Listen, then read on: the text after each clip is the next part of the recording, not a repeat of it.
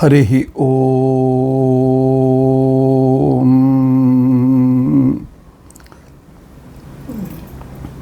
ಜನ್ಮಾದ್ಯಸ್ಯ ಯತೋನ್ಮಯಾದಿತರತಃ ಅರ್ಥೇಷ್ವಭಿಜ್ಞಸ್ವರಾಟ್ ತೇನೇ ಬ್ರಹ್ಮಹೃದಯ ಆದಿಕವಯೇ ಮುಹ್ಯಂತಿ M ಸೂರಯಃ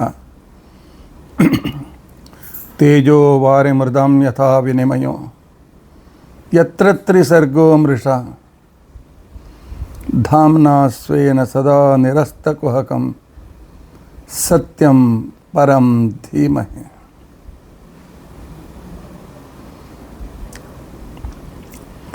ಸೃಷ್ಟಿಸ್ಥಿತ್ಯಪ್ಯಹೇಯ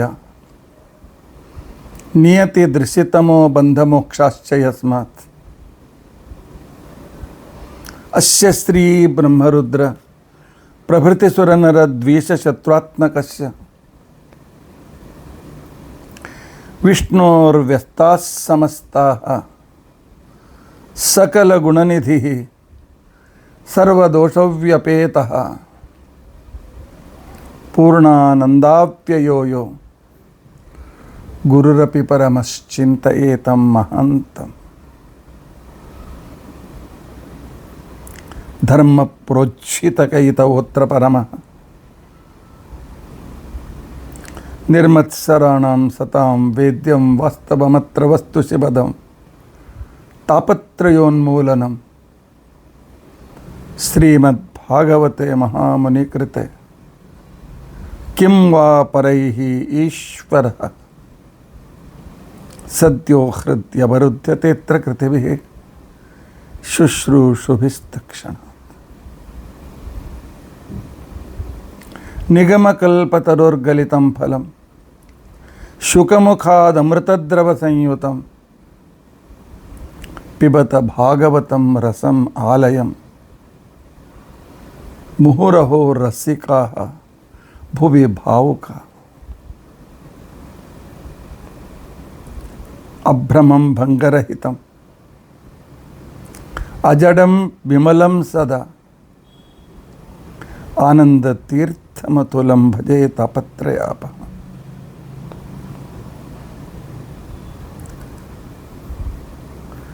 ಭವತಿ ಯದನುಭಾವಾದೇಡಮೂಕೋಪಿ ವಾಗ್ಮಿ ಚಡಮತಿರಪಿ ಜಂತುರ್ಜಾಯತೆ ಪ್ರಾಜ್ಞಮೌಲಿಃ. ಸಕಲವಚನಚೇತೋ ದೇವತಾ ಭಾರತೀ ಸ ಮಮ ವಚಸಿ ನಿಧತ್ತಾಂ ಸನ್ನಿಧಿಂ ಮಾನಸೇ ಚ.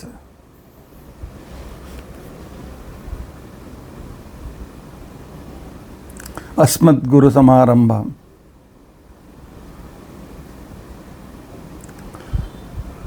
ಟೀಕಾಕೃತ್ಪಾದಮಧ್ಯಗಾಂ ಶ್ರೀಮದಾಚಾರ್ಯಪರ್ಯಂತಾಂ ವಂದೇ ಗುರುಪರಂಪರಾಂ.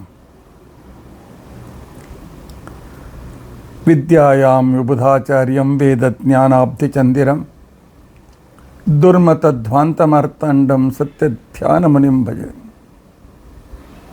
ಪಂಚಾಶದ್ವರ್ಷಪರ್ಯಂತಂ ಸತತಂ ರಾಮಪೂಜಕಃ ಶ್ರೀ ಸತ್ಯಪ್ರಮೋದಗುರುರಾಟ್ ಭಾಸತಾಂ ನೋ ಹೃದಂಬರೆ. ಬಂಧುಸ್ತ್ವಂ ಗುರುರಿಷ್ಟದೈವತಮಿತಿ ತ್ವತ್ಪಾದಪಂಕೇರುಹಂ ಪ್ರಾಪ್ತಂ ಮಾಂ ಪರಿಪಾಲಯೇತಿ ಸತತಂ ಯಾಚೆ ನಿಬದ್ಧಾಂಜಲಿ. ಚಿತ್ತಂ ಮದ್ಗುಣದೋಷಚಿಂತನವಿಧೋ ನೂನಂ ಮನಾಂ ಮಾ ಕೃತಾಃ ಶ್ರೀ ಸತ್ಯಾತ್ಮಗುರು ತ್ವದಂಘ್ರಿಯುಗಲಂ ಹಿತ್ವಾ ನಮೇ ಸದ್ಗತಿಃ. ಯೈರಹಂ ಶುಕವತ್ ಸಮ್ಯಕ್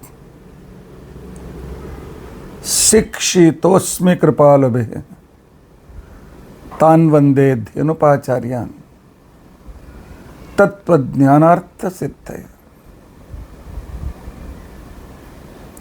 ಶ್ರೀ ಗುರುಭ್ಯೋ ನಮಃ.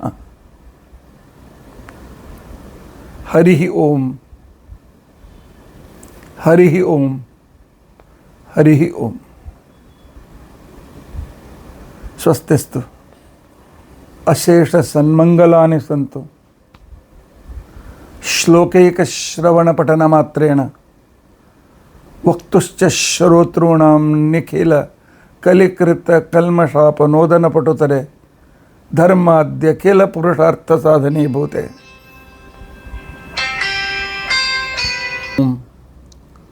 ಹರಿ ಓಂ ಹರಿ ಓಂ.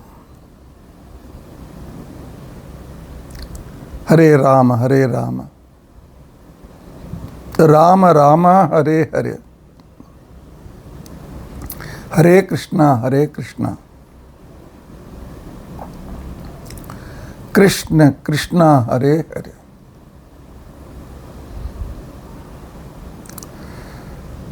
ಹರೇ ರಾಮ ಹರೇ ರಾಮ ರಾಮ ರಾಮ ಹರೇ ಹರೇ.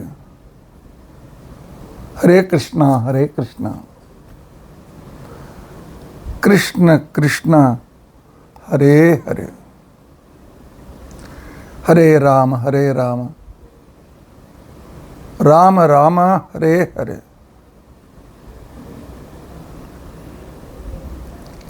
ಹರೇ ಕೃಷ್ಣ ಹರೇ ಕೃಷ್ಣ ಕೃಷ್ಣ ಕೃಷ್ಣ ಹರೇ ಹರೇ.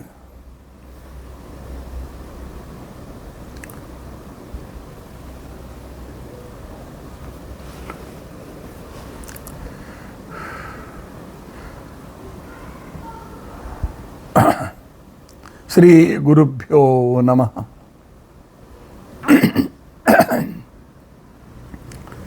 ಹರಿ ಓಂ ಹರಿ ಓಂ ಹರಿ ಓಂ. ನಿನ್ನೆಯ ದಿನ ಗೃಹಸ್ಥಾಶ್ರಮ ಸುಖಮಯವೂ ಆಗಬಹುದು, ದುಃಖಮಯವೂ ಆಗಬಹುದು.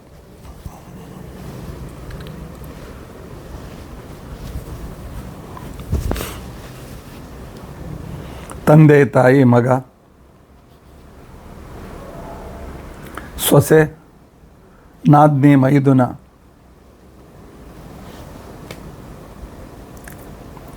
ಇವರಲ್ಲಿ ಪರಸ್ಪರರ ಒಂದು ಪ್ರೀತಿ. ಆದರೆ ನಾನು ನೋಡಿದ್ದೇನೆ, ಸುಮಾರು 20 ವರ್ಷಗಳ ಹಿಂದಿನವರೆಗೂ ಮನೆಗೆ ಬಂದ ಸೊಸೆ ಎಲ್ಲರ ಆಳು.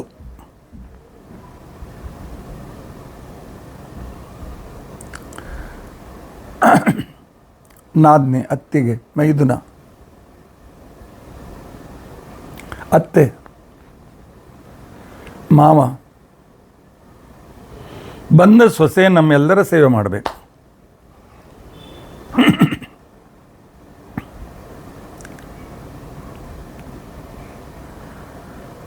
ಮನೆಗೆ ಬಂದ ಆಳ ಅದು ಅವಳು, ಮನೆಗೆ ಬಂದ ಮಹಾಲಕ್ಷ್ಮಿ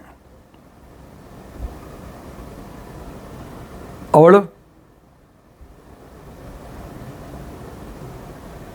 ಹಿರಿಯರಾದ ಅತ್ತೆ ಮಾವಂದಿರ ಸೇವೆ ಮಾಡಲೇಬೇಕು, ಅವಳ ಕರ್ತವ್ಯ.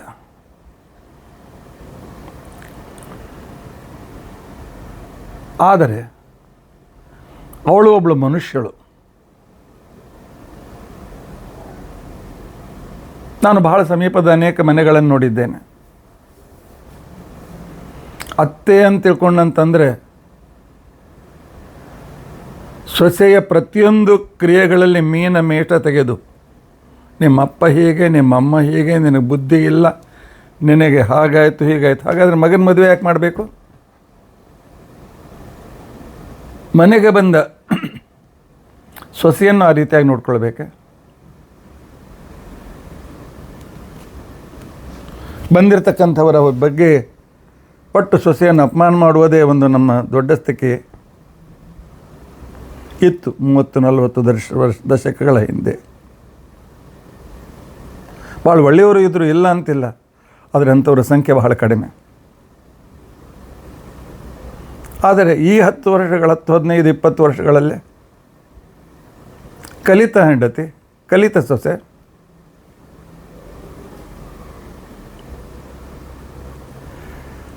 ಆದ್ದರಿಂದ ನಾನ್ಯಾಕೆ ಇನ್ನೊಬ್ಬರ ಸೇವೆ ಮಾಡಬೇಕು ಅಂತನ್ನುವ ಅಹಂಕಾರ ಸೊಸೆಯಲ್ಲಿ, ಇದು ಕೂಡ ಗ್ರಾಹ್ಯವಲ್ಲ. ಮದುವೆ ಆಗಿದ ಮೇಲೆ ಗಂಡನಲ್ಲಿ ದೇವರನ್ನು ಕಾಣಬೇಕು, ತನ್ನ ಆರಾಧ್ಯ ದೇವರನ್ನು. ಆ ದೇವರ ಪರಿವಾರ ದೇವತೆಗಳು ಅಂತ ತಿಳ್ಕೊಂಡು ಅಂಥೇಳಿ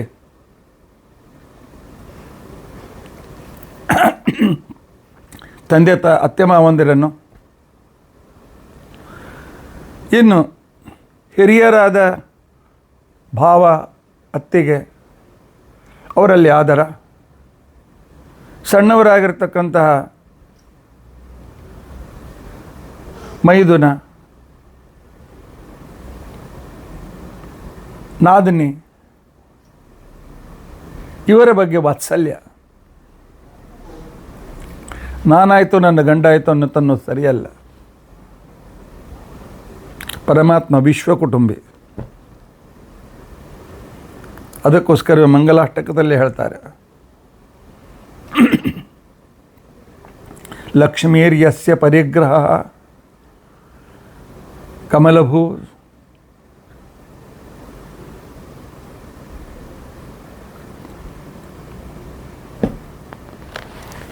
ಕಾಲದಲ್ಲಿ ಮಂಗಲಾಷ್ಟಕ ಹಾಕುವಾಗ ಲಕ್ಷ್ಮೀರ್ಯಸ್ಯ ಪರಿಗ್ರಹ ಕಮಲಭೂ ಸೂನು. ಲಕ್ಷ್ಮಿ ಯಾವನ ಹೆಂಡತಿ, ಬ್ರಹ್ಮ ಮಗ, ಗರುತ್ಮಾನ್ ರಥಃ. ಬ್ರಹ್ಮ ಅಂದರೆ ಬ್ರಹ್ಮವಾಯು ಇಬ್ಬರು ಬಂದರು. ಗರುಡ ವಾಹನ, ಪೌತ್ರಶ್ಚಂದ್ರ ವಿಭೂಷಣ, ಮೊಮ್ಮಗ ರುದ್ರದೇವರು, ಸುರಗುರು ಬೃಹಸ್ಪತಿ ಆಚಾರ್ಯರು. ಆನಂತರ ಇಲ್ಲ, ಸುರಗುರು ಚಂದ್ರವಿಭೂಷಣ, ಎಲ್ಲ ದೇವತೆಗಳಿಗೆ ಗುರು ರುದ್ರದೇವರು, ನಿನ್ನ ಮೊಮ್ಮಗ. ಶೇಷ ನಿನ್ನ ಶಯ್ಯ, ಬ್ರಹ್ಮಾಂಡ ನಿನ್ನ ಮನೆ, ಸುರಗಣ ಎಲ್ಲ ದೇವತೆಗಳು ನಿನ್ನ ಕುಟುಂಬದವರು, ನಿನ್ನ ಸೇವಕರು. ಸಹ ತ್ರೈಲೋಕ್ಯ ಕುಟುಂಬ ಪಾಲನ ಪರಃ, ಮೂರು ಲೋಕವನ್ನೇ ತನ್ನ ಕುಟುಂಬ ಅಂತ ತಿಳಿದುಕೊಂಡಿರ್ತಕ್ಕಂತಹ ಹರಿಹಿ ಕುರ್ಯಾತ್ ಹರಿಹಿ, ನಿಮ್ಮ ಮಂಗಲವನ್ನು ಉಂಟು ಮಾಡಲಿ. ಪರಮಾತ್ಮ ಪರಿವಾರವನ್ನು ಬಹಳ ಪ್ರೀತಿಸ್ತಕ್ಕಂಥ ವ್ಯಕ್ತಿ. ತನ್ನ ಪರಿವಾರದವರಿಗೆ ಏನಾದರೂ ಸ್ವಲ್ಪ ಹೆಚ್ಚು ಕಡಿಮೆ ಮಾಡಿದರೂ ಕೂಡ ಅವರನ್ನು ತನ್ನ ದೃಷ್ಟಿಯಿಂದ ಕಿತ್ತಿ ಹಾಕ್ತಾನೆ ಪರಮಾತ್ಮ. ದುರ್ಯೋಧನನಿಗೆ ಹೇಳಿದ, ದುರ್ಯೋಧನ ಕೇಳ್ತಾನೆ, ನಾನಿನ್ನೇನು ದ್ವೇಷ ಮಾಡಿದ್ದೇನೆ, ಯಾಕೆ ನಮ್ಮನೆ ಊಟಕ್ಕೆ ಬರೋದಿಲ್ಲ ಅಂತ ಹೇಳಿ. ನನ್ನ ದ್ವೇಷಕ್ಕಿಂತಲೂ ಹೆಚ್ಚು ನನ್ನ ಭಕ್ತರಾಗಿರ್ತಕ್ಕಂಥ ಪಾಂಡವರನ್ನು ದ್ವೇಷ ಮಾಡಿದ್ದೀಯಾ, ನನ್ನ ದ್ವೇಷ ನೀನು ಹೌದು. ಆದ್ದರಿಂದಾಗಿ ಕುಟುಂಬದಲ್ಲಿರ್ತಕ್ಕಂಥ ಗಂಡ ಹೆಂಡತಿಯನ್ನು ಲಕ್ಷ್ಮಿಯಂತೆ ನೋಡ್ಕೊಳ್ಬೇಕು. ಬರೀ ಹೆಂಡತಿ ಗಂಡನಲ್ಲಿ ಭಗವಂತನನ್ನು ಕಾಣಬೇಕು ಅಂತ ಅರ್ಥ ಅಷ್ಟಲ್ಲ. ಗಂಡನಾಗಿರ್ತಕ್ಕಂಥವನು ತನ್ನ ಹೆಂಡತಿಯಲ್ಲಿ ಲಕ್ಷ್ಮಿಯ ಸನ್ನಿಧಾನವನ್ನು ಕಾಣಬೇಕು, ಆದರ ಕೊಡಬೇಕು ತನ್ನ ಹೆಂಡತಿಗೆ. ಬಂದಿರತಕ್ಕಂಥ ಹೆಂಡತಿಯೂ ಕೂಡ ತನ್ನ ಗಂಡನಿಗೆ, ಅತ್ತೆ ಮಾವಂದಿರಿಗೆ ಆದರ ಕೊಡಬೇಕು. ಅವರು ಕೂಡ ಬಂದಿರತಕ್ಕಂಥ ಹೆಣ್ಮಗಳಿಗೆ ಯಾವ ಈಗೋ ಇಲ್ಲದೆ, ಎಲ್ಲರಿಗೂ ಈಗೋ ಇರ್ತದೆ. ಈಗೋದಿಂದ ಒಬ್ಬರನ್ನೊಬ್ಬರು ದ್ವೇಷ ಮಾಡ್ತಾರೆ, ಒಬ್ಬರನ್ನ ಸಂಶಯ ದೃಷ್ಟಿಯಿಂದ ನೋಡ್ತಾರೆ, ಒಬ್ಬರನ್ನೊಬ್ಬರು ಹಾಗೆ. ಒಂದು ಸ್ವಲ್ಪ ಹಾಲುಕ್ಕಿದ್ರೆ ಸಾಕು, ಅತ್ತೆ ಸಹಸ್ರನಾಮ ಮಾಡ್ತಾಳೆ ಸೊಸೆಗೆ. ಏನು ಪ್ರಯೋಜನ? ನಿಮ್ಮ ಮನೆಯನ್ನೇ ನೀವು ದುಃಖಕರವನ್ನಾಗಿ ದುಃಖಮಯವನ್ನಾಗಿ ಮಾಡೋದಿದ್ದರೆ ಮಕ್ಕಳ ಮದುವೆ ಮಾಡಲಿಕ್ಕೆ ಹೋಗಬೇಡಿ.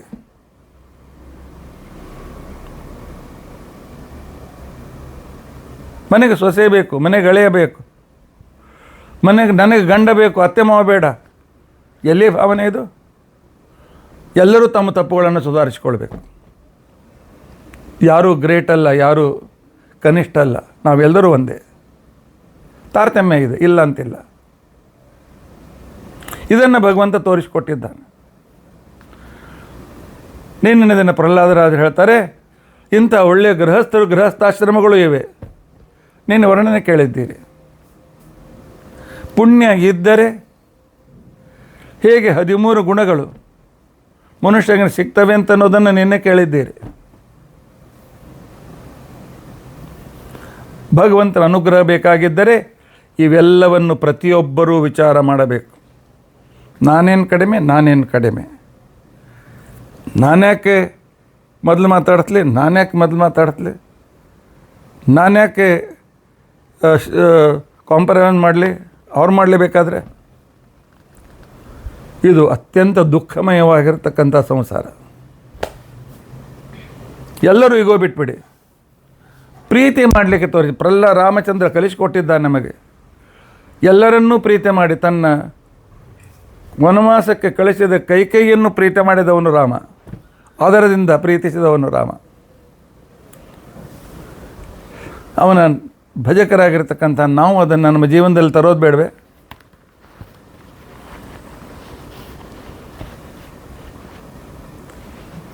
ಹಿಂದಿನ ಶ್ಲೋಕದಲ್ಲಿ ಕೃಷ್ಣನ್ ಹೇಳಿದ್ದ ಪ್ರಹ್ಲಾದರಾಜ, ಏನು ಮಾಡಲಿ, ಮನಸ್ಸು ಚಂಚಲ, ನನ್ನ ಇಂದ್ರಿಯಗಳು ಬೇರೆ ಕಡೆಗೆ ಹೋಗ್ತಾ ಇವೆ, ನನ್ನನ್ನು ದುಃಖದ ಕಡೆಗೆ, ಸಂಸಾರದ ಕಡೆಗೆ ಎಳೀತಾ ಇವೆ, ಹಾಗೆ ಹೀಗೆ ಅಂತೇಳಿ. ಪ್ರಹ್ಲಾದ, ಇಷ್ಟು ಸಂಸಾರದಲ್ಲಿ ಆಸಕ್ತಿಯಾಗಿದ್ದೀಯ ನೀನು, ಇನ್ನು ಮದುವೆ ಆಗಿಲ್ಲ ನಿನಗೆ. ಕಣ್ಣು ಒಂದು ಕಡೆಗೆ ಹೋಗ್ತದೆ, ಮನಸ್ಸು ಮತ್ತೊಂದು ಕಡೆಗೆ, ಏನೇನೋ ಆಗ್ತಂತ ಹೇಳ್ದೆಲ್ಲ. ಪ್ರಹ್ಲಾದ ಹೇಳ್ತಾನೆ, ನನಗೆ ಸಂಸಾರದಿಂದ ಭಯ ಇಲ್ಲ. ಪರಮಾತ್ಮ, ನೈವೋ ದ್ವಿಜೆ ಭವ ದುರತ್ಯಯ ವೈತರಣ್ಯ. ಸಂಸಾರ ಅಂತಕ್ಕಂಥ ವೈತರಣಿ, ಈ ಸಂಸಾರವನ್ನು ಸುಖವಾಗಿ ದಾಟುವುದು ಸುಲಭವಲ್ಲ. ದಿನಾಲು ಸಮಸ್ಯೆಗಳು, ದಿನಾಲು ಮನೆಯಲ್ಲಿ ಮಾತುಕತೆ, ದಿನಾಲು ಮನೆಯಲ್ಲಿ ಬಾಟಾಘಾಟಿ, ದಿನಾಲು ಮನೆಯಲ್ಲಿ ಒದರಾಟ ಚೀರಾಟ. ಇದು ವೈತರಣಿ ನದಿ. ನಾವೇ ನಮ್ಮ ಮನೆಯನ್ನು ವೈತರಣಿ ನದಿ ಮಾಡ್ತೇವೆ. ಆದರೆ ಪ್ರಹ್ಲಾದರಾಜ ಹೇಳ್ತಾರೆ, ನನಗೆ ಈ ವೈತರಣಿ ನದಿಯಿಂದ ಯಾವ ಭಯವಿಲ್ಲ. ಯಾಕೆ? ತ್ವತ್ತೀರ್ಥ ಗಾಯನ ಮಹಾಮೃತ ಮತ್ತ ಚಿತ್ತ. ನನ್ನೇನು ಮದುವೆ ಆಗಿಲ್ಲ, ನಾನು ಹೇಳುವರಟದು ಹುಡುಗ ನರಸಿಂಹದೇವರೇ. ನನಗೆ ನಾರದರು ಕಳಿಸಿಕೊಟ್ಟಿದ್ದಾರೆ. ತೀರ್ಥ, ಅತ್ಯಂತ ಪವಿತ್ರನಾದ, ಅತ್ಯಂತ ಶ್ರೇಷ್ಠನಾದ ನಿನ್ನ ಗಾಯನ, ನಿನ್ನ ಸ್ತೋತ್ರ, ನಿನ್ನ ಮಹಿಮೆಯ ಗಾಯನ ಅಂತಕ್ಕಂತಹ ಅಮೃತ ಪಾನವನ್ನು ಮಾಡುತ್ತಾ ಅದರಲ್ಲಿಯೇ ಮದಮತ್ತನಾಗಿರ್ತಕ್ಕಂಥ ನಾನು, ಅದರಲ್ಲಿಯೇ ಸುಖವನ್ನು ಅನುಭವಿಸ್ತಕ್ಕಂಥ ನನಗೆ ಈ ಸಂಸಾರದಿಂದ ಯಾವ ಭಯ ಇಲ್ಲ. ದೇವರಲ್ಲಿ ವಿಶ್ವಾಸ ಇಟ್ಟವನು, ತತ್ವಜ್ಞಾನದಲ್ಲಿ ತತ್ವಜ್ಞಾನ ಚಿಂತೆಯಲ್ಲಿ ತೊಡಗಿರ್ತಕ್ಕಂಥ ವ್ಯಕ್ತಿ,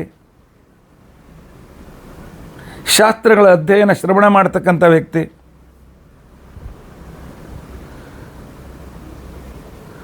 ಆ ವ್ಯಕ್ತಿ ಭಗವಂತನ ಮಹಿಮೆಯ ಗಾಯನದಲ್ಲಿ ಆಸಕ್ತನಾದ್ದರಿಂದಾಗಿ ಸಂಸಾರದ ಯಾವ ಅವನಿಗೆ ಪ್ರಾಬ್ಲಮ್ ಅನಿಸೋದಿಲ್ಲ.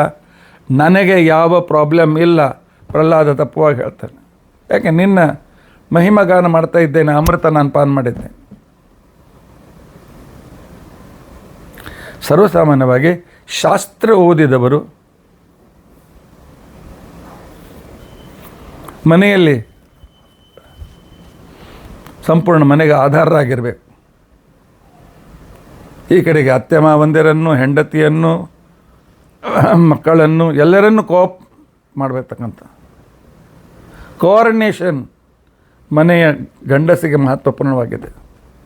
ಮದುವೆಯಾದ ವ್ಯಕ್ತಿಗೆ ಈ ಕಡೆಗೆ ತಂದೆ ತಾಯಿಯೂ ಬೇಕು, ಈ ಕಡೆ ಹೆಂಡತಿಯೂ ಕೂಡ ಬೇಕು, ಈ ಕಡೆ ಅಣ್ಣ ಅಕ್ಕಂದಿರು ಬೇಕು, ತಮ್ಮ ತಂಗಿಯರು ಬೇಕು. ಅವರನ್ನು ಹೇಗೆ ಕೋಆರ್ಡಿನೇಷನ್ ಮಾಡಬೇಕು ಅಂತನ್ನೋದು ಭಗವಂತನ ಅನುಗ್ರಹದಿಂದ ಒಬ್ಬ ಮದುವೆ ಆಗ್ತಕ್ಕಂಥ ವರ ಪಡೆಯಬೇಕು. ಭಗವಂತನ ಗಾನದಲ್ಲಿ, ಸ್ತೋತ್ರದಲ್ಲಿದ್ದರೆ ಪರಮಾತ್ಮ ಅವನನ್ನು ಸರಿಯಾಗಿಡ್ತಾನೆ. ಹಾಗಾದರೆ ಇಷ್ಟೆಲ್ಲ ಸ್ತೋತ್ರ ಯಾಕೆ ಮಾಡ್ತಾ ಇದ್ದಿದೆ? ನಾನು ಇಂದ್ರಿಯ, ಮನಸ್ಸು ಚಂಚಲ, ಇಂದ್ರಿಯ ಹಾಗೆ ಹೀಗೆ ಅಂತ ತಿಳ್ಕೊಂಡಂಥೇಳಿ. ಪರಮಾತ್ಮ ಇದು ನನಗೋಸ್ಕರ ಪ್ರಾರ್ಥನೆ ಅಲ್ಲ. ಜಗತ್ತಿನಲ್ಲಿರ್ತಕ್ಕಂಥ ಮತ್ತು ಮುಂದಿನ ಯುಗಗಳಲ್ಲಿ ಬರತಕ್ಕಂತಹ ಶೋಚೇನುತೆ ವಿಮುಖ ಚೇತಸ ಇಂದ್ರಿಯಾರ್ಥ ಮಾಯಾ ಸುಖಾಯ ಭರಂ ಉದ್ವಹತೋ ವಿಮೂಢಾನ್.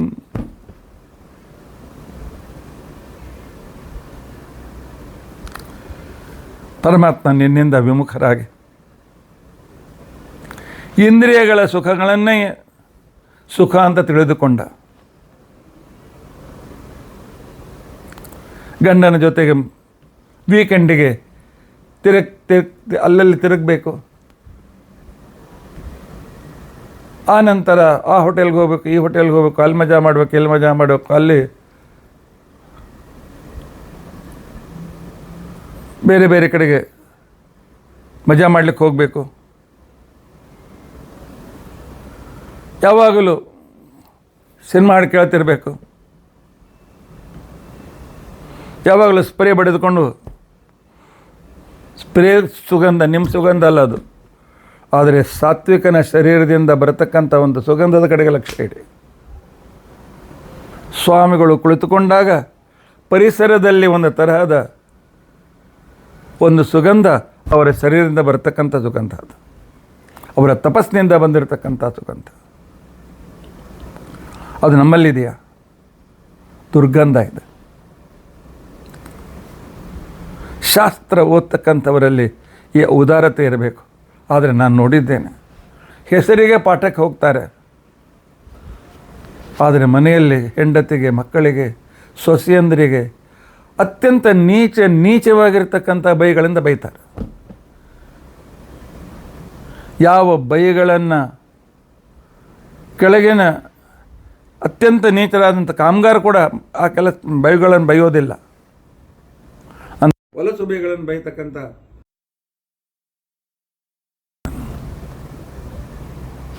ಬೆಳಗ್ಗೆ ಎದ್ದು ಸ್ನಾನ ಮಾಡಿ ಪಿಂಚನ ಹಚ್ಕೊಂಡು ದೋತ್ರ ಪಾಠಕ್ಕೆ ಹೋಗೋದು, ಮನೆಯಲ್ಲಿ ಮತ ದುರ್ಯೋಧನ, ಏನು ಉಪಯೋಗ? ಅಂಥ ವ್ಯಕ್ತಿಗಳು ಮಾಯಾ ಸುಖಾಯ ಸಿಗ್ತಕ್ಕಂಥ ಕಿಂಚಿತ್ ಭ್ರಮಾತ್ಮಕವಾಗಿರ್ತಕ್ಕಂಥ ಸುಖವನ್ನು ಪಡೆಯುವುದಕ್ಕೋಸ್ಕರ ಎಷ್ಟು ಕಷ್ಟಪಡ್ತಾರೆ ಬೆಳಗ್ಗಿನಿಂದ ಸಾಯಂಕಾಲದವರೆಗೆ. ನನಗೆ ಒಳ್ಳೆಯ ಸಂಬಳ ಬರಬೇಕು, ನನ್ನ ಅಕೌಂಟ್ನಲ್ಲಿ ಹಣ ಇರಬೇಕು. ನಾನು ನೋಡಿದ್ದೇನೆ ಹೆಣ್ಮಕ್ಳನ್ನು, ಈ ಕಡೆಗೆ ಮನೆ ಕೆಲಸ ಮಾಡಬೇಕು, ಆ ನಂತರ ಆನ್ಲೈನು ಅಥವಾ ಆಫೀಸಿಗೂ 8 ತಾಸು ದುಡಿದು ಬರಬೇಕು. ಮನೆಗೆ ಬಂದ ಮೇಲೆ ರಾತ್ರಿ 11 ಗಂಟೆ 12 ಗಂಟೆಗೂ ಕೂಡ ಪ್ರಾಜೆಕ್ಟ್ ಪೂರ್ಣ ಮಾಡಬೇಕು. ಈ ಕಡೆಗೆ ಮಕ್ಕಳ ಕಡೆಗೆ ಲಕ್ಷ್ಯ ಇಲ್ಲ, ಆಗೋದಿಲ್ಲ. ಲಕ್ಷ್ಯ ಇಲ್ಲ, ಪ್ರೀತಿ ಇಲ್ಲ ಅಂತಲ್ಲ, ಪ್ರೀತಿ ಇದೆ, ಆಗೋದಿಲ್ಲ. ಗಂಡನ ಕಡೆಗೆ ಲಕ್ಷ್ಯ ಇಲ್ಲ, ಒಲ್ಲಿ ತನ್ನ ಊಟದ ಕಡೆಗೂ ಲಕ್ಷ್ಯ ಇಲ್ಲ, ಮತ್ತು ಡಾಕ್ಟರ್ ಬಿಲ್ ತುಂಬೋದು. ಇದಕ್ಕೋಸ್ಕರ ಹಣ ಯಾಕೆ ಬೇಕು? ಆದರೆ ಇವತ್ತಿನ ಒಂದು ಫ್ಯಾಷನ್, ನಾನು ಕಲ್ತಿದ್ದೇನೆ, ನಾನು ದುಡಿತೇನೆ. ಅರೆ, ಕಲ್ತದ್ದನ್ನು ತತ್ವಜ್ಞಾನಕ್ಕೆ ಉಪಯೋಗಿಸ್ರೆ. ನಮ್ಮಂಥವರಿಗೆ ನೋಡಿ ದುಃಖಪಟ್ಟು, ಅವರು ಅಪರೋಕ್ಷ ಜ್ಞಾನಿ ಪ್ರಹ್ಲಾದ ರಾಜ, ಅವನು ಹೇಳ್ತಾನೆ, ಪರಮಾತ್ಮ ಅವರಿಗೋಸ್ಕರ ನೀನು ಪ್ರಾರ್ಥನೆ ಮಾಡ್ತಾ ಇದ್ದಾನೆ. ಯಾರು ಸಂಸಾರದಲ್ಲಿ ಮುಳುಗಿ ದೇವರಿಗೆ ನೆನೆಸಲಿಕ್ಕೆ ಅವರಿಗೆ ಒಂದು ನಿಮಿಷವೂ ವೇಳೆ ಇಲ್ಲ, ಅಂಥವರಿಗೋಸ್ಕರ ನಾನು ದುಃಖ ಪಡ್ತೇನೆ, ಅಂಥವರಿಗೋಸ್ಕರ ನಿನ್ನ ಪ್ರಾರ್ಥನೆ ಮಾಡ್ತಾ ಇದ್ದೇನೆ. ಪರಮಾತ್ಮ ಅಂಥವರನ್ನು ಕೈ ಬಿಡಬೇಡ, ನನ್ನ ಪ್ರಾರ್ಥನೆ ಇದೆ, ಅವರ ಮೇಲೆ ಕರುಣೆ ತೋರಿಸು, ಅವರು ಸುಧಾರಿಸುವಂತೆ ಮಾಡು. ಅವರಿಗೋಸ್ಕರ ನನ್ನ ಮನಸ್ಸಿನಲ್ಲಿ ದುಃಖ ಬಹಳ ಇದೆ ಅಂತ ತಿಳ್ಕೊಂಡು ಪ್ರಹ್ಲಾದರು ಹೇಳ್ತಾರೆ. ಶೋಚೇನುತೆ ವಿಮುಖ ಚೇತಸ ಇಂದ್ರಿಯಾರ್ಥಾನ್ ಮಾಯಾ ಸುಖಾಯ ಭರಂ ಉದ್ವಹತೋ ವಿಮೂಢಾನ್. ಇಂತಹ ಮೂರ್ಖರನ್ನು ನೋಡಿ ನನಗೆ ಈ ರೀತಿಯಾಗಿರ್ತಕ್ಕಂತಹ ದುಃಖ ಆಗ್ತದೆ.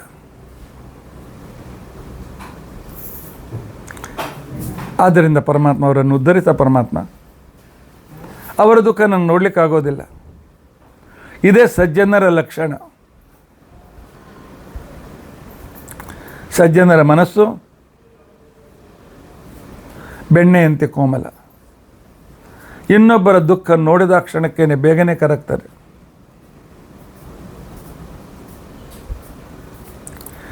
ಬೆಣ್ಣೆ ಗ್ಯಾಸ್ ಒಲೆ ಮೇಲೆ ಇಟ್ಟ ಕ್ಷಣಕ್ಕೇನೆ ಕರಗ್ಲಿಕ್ಕೆ ಚಾಲು ಆಗ್ತದೆ,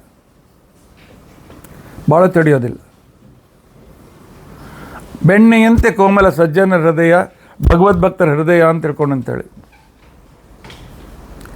ಆದರೆ ಯಾವುದೋ ಒಬ್ಬ ಕವಿಗೆ ಇದು ಕೂಡ ಸರಿ ಅನ್ನಿಸ್ಲಿಲ್ಲ. ಸಜ್ಜನರ ಮನಸ್ಸು ಬೆಣ್ಣೆಗಿಂತಲೂ ಕೋಮಲ. ಯಾಕೆ? ಬೆಣ್ಣೆಗೆ ಕೆಳಗೆ ಬೆಂಕಿ ಬೇಕಾಗ್ತದೆ, ಆದರೆ ಸಜ್ಜನರ ಮನಸ್ಸು ಎಲ್ಲೋ ದುಃಖಿತರನ್ನು ನೋಡಿ, ಯಾವುದೋ ದುಃಖಿತರಾಗಿರ್ತಕ್ಕಂಥ ನೋಡಿ ಗಳಗಳ ಕಣ್ಣೀರನ್ನು ಸುರಿಸ್ತಾರೆ. ದೇವರೇ ಒಳ್ಳೇದಾಗಲಿ ಅಂತಕೊಂಡಂತ ಪ್ರಾರ್ಥನೆ ಮಾಡ್ತಾರೆ. ಅದಕ್ಕೆ ಕವಿ ಹೇಳ್ತಾನೆ, ಸಜ್ಜನಸ್ಯ ನವನೀತಂ ಯದ್ವದಂತಿ ಕವಯ ತದಲೀಕಂ. ಸಜ್ಜನರ ಹೃದಯ ಬೆಣ್ಣೆಯಂತೆ ಕೋಮಲ ಅಂತ ತಿಳ್ಕೊಂಡಂತೇಳಿ ಕವಿಗಳು ವರ್ಣನೆ ಮಾಡ್ತಾರೆ. ತದಲೀಕಂ ತಪ್ಪು. ಯಾಕೆ? ಅನ್ಯ ದೇಹ ವಿಲಸತ್ ಪರಿತಾಪಾತ್. ಬೇರೆ ಯಾರು ಸಂಬಂಧಿಕರು, ದೂರದಿರೋ ಸಂಬಂಧಿಕರಿರ್ಬೋದು, ಮಿತ್ರರಿರ್ಬೋದು, ಅಥವಾ ತಮ್ಮ ನಗರದಲ್ಲಿಯೋ ತನ್ನ ದೇಶದಲ್ಲಿಯೋ ಯಾರಿಗೋ ದುಃಖ ಆದ ಕ್ಷಣಕ್ಕೇನೆ ಅವನ ಮನಸ್ಸು ಕರಗಿ ಹೋಗ್ತಾರೆ, ದುಃಖದಿಂದ ದೂರತಾಗ್ತಾನೆ. ಆ ದುಃಖವನ್ನು ದೂರ ಮಾಡಬೇಕು ಅಂತ ಪ್ರಯತ್ನ ಮಾಡ್ತಾನೆ.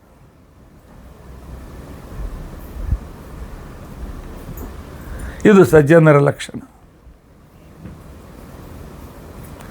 ಮೋದಿಗೆ ಏನು ಬೇಕಾಗಿದೆ ಹೇಳಿ? ಹೆಂಡತಿ ಇದ್ದಾರೆ, ಮಕ್ಕಳಿದ್ದಾರೆ, ಮತ್ತೊಂದಿದ್ದಾರೆ, ಮಗದೊಂದಿದ್ದಾರೆ, ಯಾರಿಲ್ಲ.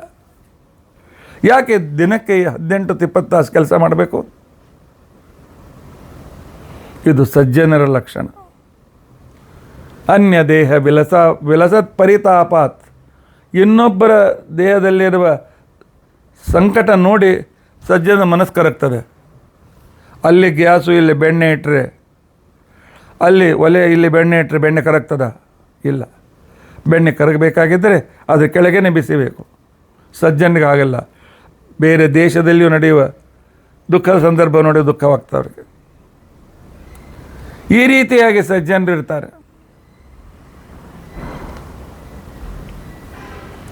ಆದ್ದರಿಂದಾಗಿ ಪರಮಾತ್ಮ ಅವರಿಗೋಸ್ಕರ ನನಗೆ ಮನಸ್ಸಿನಲ್ಲಿ ದುಃಖ ಇದೆ, ನಿನ್ನ ಮಹಿಮಾ ಗಾನದಲ್ಲಿ ಸರತನಾಗಿರ್ತಕ್ಕಂಥ ನನಗೆ ಸಂಸಾರದಿಂದ ಯಾವ ಪೀಡೆ ಇಲ್ಲ ಅಂಥ ದುಃಖಗಳನ್ನು ಉದ್ಧರಿಸು. ಇದೇ ಸಜ್ಜನ ಲಕ್ಷಣ. ಪ್ರಾಯೇಣ ದೇವ ಮುನಯಃ ಸ್ವವಿಮುಕ್ತಿ ಕಾಮಾಃ ಮೌನಂ ಚರಂತಿ ವಿಜನೇನ ಪರಾರ್ಥನಿಷ್ಠಾಃ ನೈತಾನ್ ವಿಹಾಯ ಕೃಪಣಾನ್ ವಿಮುಮುಕ್ಷ ಏಕಃ ನಾಣ್ಯಂ ತ್ವದಸ್ಯ ಶರಣಂ ಭ್ರಮತೋ ಅನುಪಶ್ಯ. ಅದ್ಭುತವಾದ ಶ್ಲೋಕ, ಅದ್ಭುತವಾದ ಶ್ಲೋಕ.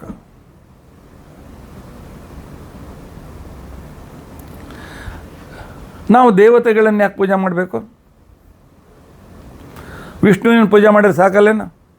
ಬ್ರಹ್ಮ ಯಾಕಬೇಕು? ವಾಯು ಯಾಕಬೇಕು? ರುದ್ರದೇವರು ಯಾಕಬೇಕು? ಇಂದ್ರ ಯಾಕಬೇಕು? ನವಗ್ರಹ ಯಾಕಬೇಕು? ಪ್ರಹ್ಲಾದರಾಜ ಉತ್ತರ ಕೊಡ್ತಾರೆ, ಇವರೆಲ್ಲ ದೇವತೆಗಳು ಪರಾರ್ಥನಿಷ್ಠ, ನಮ್ಮ ಉಪಕಾರಕ್ಕೋಸ್ಕರ ಇದ್ದಾರೆ, ನಮಗೆ ಒಳಿತಾಗಲಿ ಅಂತ ತಿಳ್ಕೊಂಡಂತೇಳಿ ತಮ್ಮ ಮುಕ್ತಿಗೋಸ್ಕರ. ಅಪರೋಕ್ಷ ಜ್ಞಾನಿಗಳು ಮುಕ್ತಿ ನಿಶ್ಚಿತ. ಸಜ್ಜನರ, ತಮ್ಮ ಅನುಯಾಯಿಗಳ, ತಮ್ಮ ಭಕ್ತರಿಗೂ ಕೂಡ ಸಂಸಾರದಿಂದ ಮುಕ್ತಿಯಾಗಲಿ ಅಂತ ತಿಳ್ಕೊಂಡಂತೇಳಿ ಅವರು ಮೌನಿಗಳಾಗಿ ಏಕಾಂತದಲ್ಲಿ ಪರಮಾತ್ಮ ನಿನ್ನನ್ನು ಕುರಿತು ತಪಸ್ಸು ಮಾಡ್ತಾರೆ. ಯಾಕೆ? ಒಳಿತಾಗಲಿ ಅಂತ ತಿಳ್ಕೊಂಡಂತೆ, ಜಗತ್ತಿಗೆ ಒಳಿತಾಗಲಿ ಅಂತ ತಿಳ್ಕೊಂಡಂತೆ. ಆದ್ದರಿಂದ ಅವರನ್ನು ಪೂಜೆ ಮಾಡಬೇಕ್ರಿ. ದೇವತೆ ದೇವತೆ ಅಂದರೆ ಏನರ್ಥ? ನಾನು ದೇವರನ್ನು ನಂಬೋದಿಲ್ಲ ಅಂತ ತಿಳ್ಕೊಂಡಂತಕ್ಕಂಥ ವ್ಯಕ್ತಿಗೆ ಅವನು ಯಾರಿಂದ ಉಪಕಾರ ಪಡೆದಿಲ್ಲೇನೋ? ಅವರಮ್ಮ 9 ತಿಂಗಳು ಅವನನ್ನು ಹೊಟ್ಟೆಯಲ್ಲಿ ಹೊತ್ಕೊಂಡಿಲ್ಲೇನೋ? ಆಕಾಶದಿಂದ ಬಿದ್ದಿದ್ದಾನೆ ಅವನು.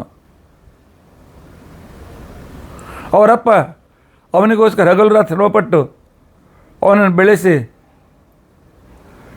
ಅವನಿಗೆ ಸ್ಕೂಲಿಗೆ ಕಳಿಸಿ ಸ್ಕೂಲ್ ಫೀಸ್ ತುಂಬಿ ಕಾಲೇಜ್ ಫೀಸ್ ತುಂಬಿ ಅವನಿಗೆ ಬೇಕಾಗಿರ್ತಕ್ಕಂಥ ಅನುಕೂಲತೆಯನ್ನು ತಂದುಕೊಟ್ಟು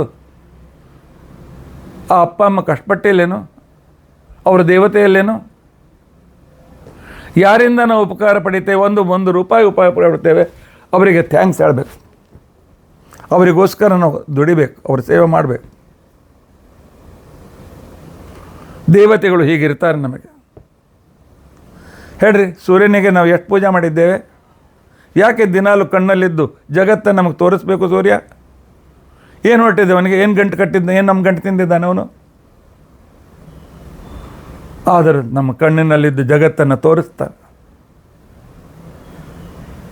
ಅಶ್ವಿನಿ ದೇವತೆಗಳಿಗೆ ನಮ್ಮದೇನು ಗಂಟು ತಿಂತಿದ್ದಾರೆ ಅವರು? ಆದರೆ ನಮ್ಮ ಮೂಗಿನಲ್ಲಿದ್ದುಕೊಂಡು ನಮಗೆ ಅಗ್ರಹಣದ ಸುಖವನ್ನು ಕೊಡ್ತಾ ಇದ್ದಾರೆ, ನಮ್ಮ ರಕ್ಷಣೆಯನ್ನು ಮಾಡ್ತಾ ಇದ್ದಾರೆ. ವರುಣ ನಮ್ಮದೇನು ಗಂಟು ತಿಂದಿದ್ದಾನೆ? ನಾಲಿಗೆಯಲ್ಲಿದ್ದು ಯಾವಾಗಲೂ ರುಚಿಯನ್ನು ನೋಡ್ತಕ್ಕಂಥವನು. ನಾಲಿಗೆಯಲ್ಲಿರ್ತಕ್ಕಂಥ ಸರಸ್ವತಿ ನಮ್ಮದೇನು ಗಂಟು ತಿಂದಿದ್ದಾಳೆ?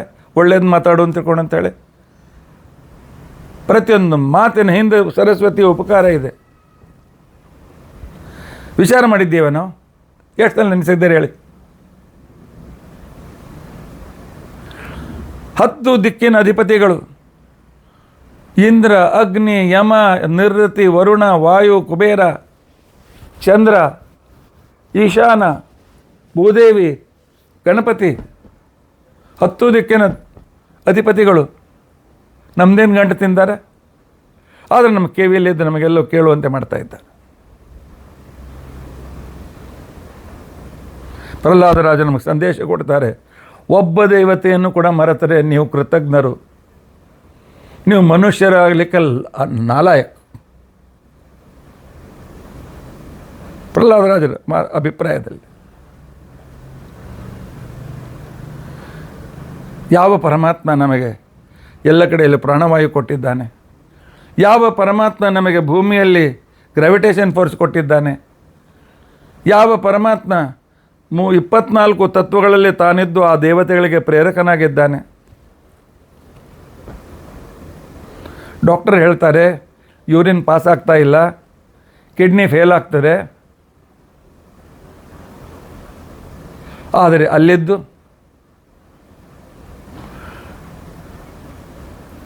ನಮ್ಮ ಉಪಸ್ಥದಲ್ಲಿದ್ದು ನಮ್ಮ ಯೋಗಕ್ಷೇಮ ನೋಡ್ಕೊಳ್ತಕ್ಕಂತಹ ಸ್ವಯಂಭುವ ಮನು, ಆ ಸ್ವಯಂಭುವ ಮನುವಿನ ನಮ್ಮದೇನು ಗಂಟೆ ತಿಂದಿದ್ದಾನೆ ಅವನು ನಮಗೆ ಯಾಕೆ ಉಪಕಾರ ಮಾಡಬೇಕು? ಇಲ್ಲ, ಗ್ಯಾಸ್ ಪಾಸ್ ಆಗ್ತಾ ಇಲ್ಲ, ಶರೀರದಲ್ಲಿರ್ತಕ್ಕಂಥದ್ದು ಹೊಲಸು ಹೊರಗೋಗ್ತಾ ಇಲ್ಲ,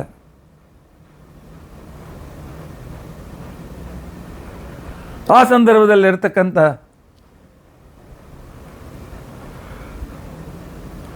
ಪಾವಿನಲ್ಲಿರ್ತಕ್ಕಂಥ ಮಿತ್ರ ಅಂತಕ್ಕಂಥ ದೇವತೆ ಸೂರ್ಯ ಅವನು ನಮ್ಮದು ಗಂಟೆಯನ್ನು ತಿಂದಿದ್ದಾನೆ, ಆದರೆ ತನ್ನ ಕೆಲಸ ಮಾಡ್ತಾ ಇದ್ದಾನೆ. ಪಂಚ ಪ್ರಾಣರು ನಮ್ಮದೇನು ಗಂಟೆ ತಿಂದಿದ್ದಾರೆ? ವಾಯುದೇವರು ನಮ್ಮ ಗಂಟೆಯನ್ನು ತಿಂದಿದ್ದಾರೆ. ನಮಗೋಸ್ಕರ 21,600 ಸಲ ದಿನಾಲು ಶ್ವಾಸೋಚ್ಛ್ವಾಸ ಹಂಸ ಮಂತ್ರವನ್ನು ಜಪ ಮಾಡ್ತಾ ಇದ್ದಾರೆ.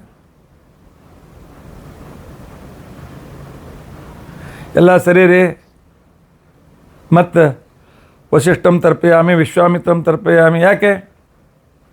ಯಾಕೆ ಗೊತ್ತಾ? ಅವರು ಆ ಋಷಿಗಳು ನಮಗೋಸ್ಕರ ತಪಸ್ಸು ಮಾಡ್ತಾರೆ, ಜಗತ್ತಿಗೆ ಒಳಿತಾಗಲಿ ಅಂತ ತಪಸ್ಸು ಮಾಡ್ತಾರೆ. ಸತ್ಯಾತ್ಮ ತೀರ್ಥ ನಮ್ಮದೇನು ಗಂಟೆ ತಿಂತಾರೆ ಹೇಳ್ರಿ? ನಮ್ಮ ಗುರುಗಳು ಅಂದರೆ ನಾನು ಗುರುಗಳಂತ ಎಲ್ಲ ಪೀಠಾಧೀಶಪತರು, ಎಲ್ಲ ಪೀಠಾಧೀಶರು ದಿನಕ್ಕೆ 3,000 ತಪ್ಪದೇ ಜಪ ಮಾಡ್ತಾರೆ. ಯಾಕೆ? ಸನ್ಯಾಸಾಶ್ರಮ ತೆಗೆದುಕೊಂಡಿದ್ದಾರೆ, ಅವರು ಪಾಪವನ್ನು ದೂರಾಗಿದ್ದಾರೆ, ಸಾಧನೆ ಮಾಡ್ತಾ ಇದ್ದಾರೆ, ದೇವರು ಅವರಿಗೆ ಮೋಕ್ಷ ನಿಶ್ಚಿತ. ಆದರೆ ತಪಸ್ಸು ಯಾಕೆ ಮಾಡಬೇಕು? ಯಾಕೆ ಸಂಚಾರ ಮಾಡಬೇಕು? ಯಾಕೆ ಪ್ರವಚನ ಮಾಡಬೇಕು? ಪ್ರಾಯೇಣ ದೇವ ಮುನಯ ಪರಾರ್ಥನಿಷ್ಠ. ಜಗತ್ತಿನ ಪರೋಪಕಾರಕ್ಕೋಸ್ಕರ ಇದು ಭಗವಂತನ ಒಂದು ಸೃಷ್ಟಿಕ್ರಮ. ಇದನ್ನು ಅರ್ಥ ಮಾಡಿಕೊಳ್ಬೇಕು. ನಮಗೇನು ದೇವ್ರು ಬೇಕಾಗಿಲ್ಲ, ನಾವ್ಯಾಕೆ ದೇವ್ರನ್ನ ಒಪ್ಪಬೇಕು? ದುರಹಂಕಾರಿ ದುಃಖ ಅನುಭವಿಸುವಂತಿಕೊಂಡಂತೇಳಿ ದೇವರು ಅವನ ಜೀವನದಲ್ಲಿ ಸುಖವನ್ನು ಕೊಡೋದಿಲ್ಲ, ಸಮಸ್ಯೆಗಳ ಸರಮಾಲೆಯನ್ನು ಕೊಡ್ತಾನೆ ಪರಮಾತ್ಮ. ಯಾಕೆ? ನೀನು ಮಾಡಿದ ತಪ್ಪು ಕೃತಜ್ಞನಾಗಿದ್ದೀಯಲ್ಲ, ದುಃಖ ಅನುಭವಿಸುವಂತಿಕೊಂಡಂತೇಳಿ ಪರಮಾತ್ಮ ಹೇಳ್ತಾನೆ.